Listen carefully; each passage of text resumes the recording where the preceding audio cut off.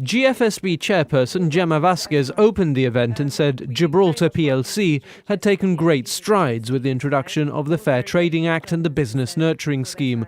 She also highlighted some of the GFSB's concerns, including the effect that compulsory private sector pensions could have on small businesses.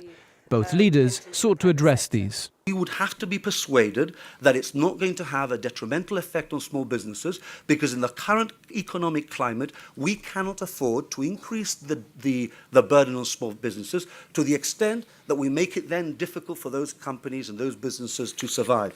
I actually think this is something that we should be doing. We should be moving in that direction, but we can do it in a way that doesn't hurt small businesses. I think what we would be doing is working with you simply to ensure that you deduct from an employee's salary the amount the employee once contributed to a pension scheme which is set up and administered by the government of Gibraltar. In response to a GFSB request, both politicians committed to reviewing the recently introduced Fair Trading Act within the coming months to address teething issues such as the requirement for all businesses to have premises.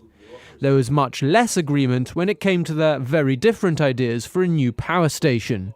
Well, it's very simple. We will be operating by the end of 2017. We are the only option at this election that allows you to have a very clear timeline of when you will have power. We've already started the process of building. The timeline for an LNG power station at the North Mole is as clear as mud. The GSD timeline for building a power station at Lathbury Barracks, when we already had the contract signed, was 2 to 3 years. That was the timeline that we had in the Lathbury Barracks power station.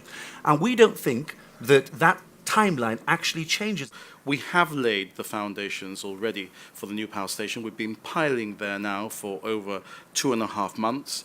At Lathbury, it would be impossible to go back now without a new procurement process, Jonathan. I think the question is, how do you go back? I disagree that we would have to go back to the original procurement. We have actually looked at this, yes, and the fact that you're having... You haven't looked at it right. You've made a clear legal mistake. It is absolutely impossible. There are European rules about this.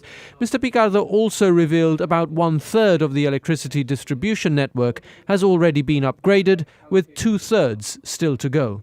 Possibly about 1/3 has already been upgraded, and we still have 2/3 to do. And the whole idea is to try and ensure that the upgrading of the grid and the operation of the new power station all match up, so that we can go. You need to understand this. We are in a pre-analog stage at the moment with our grid. And we're going to go from a pre-analog stage to a digital stage. When we signed a contract for the Lathbury Barracks power station, it was £120 million. And it was £120 million for the power station, complete overhaul of the distribution network across Gibraltar, new offices for Gibraltar, and also for the storage tanks. That was the price for that power station. On the price of electricity, the GSLP Liberal leader said the current subsidy would be maintained, adding that LNG could even assist in bringing prices down.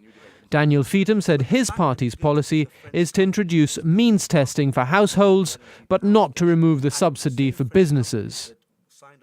Mr. Picardo also pledged that, if elected by the end of 2017, his party would deliver full and absolute e-government, which would be the envy of other places in Europe, he said.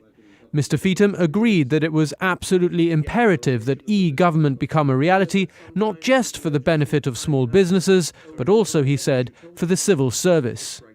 All in all, the GFSB will draw comfort from the significant agreement between the two men on the importance of listening to and catering for the needs of small businesses.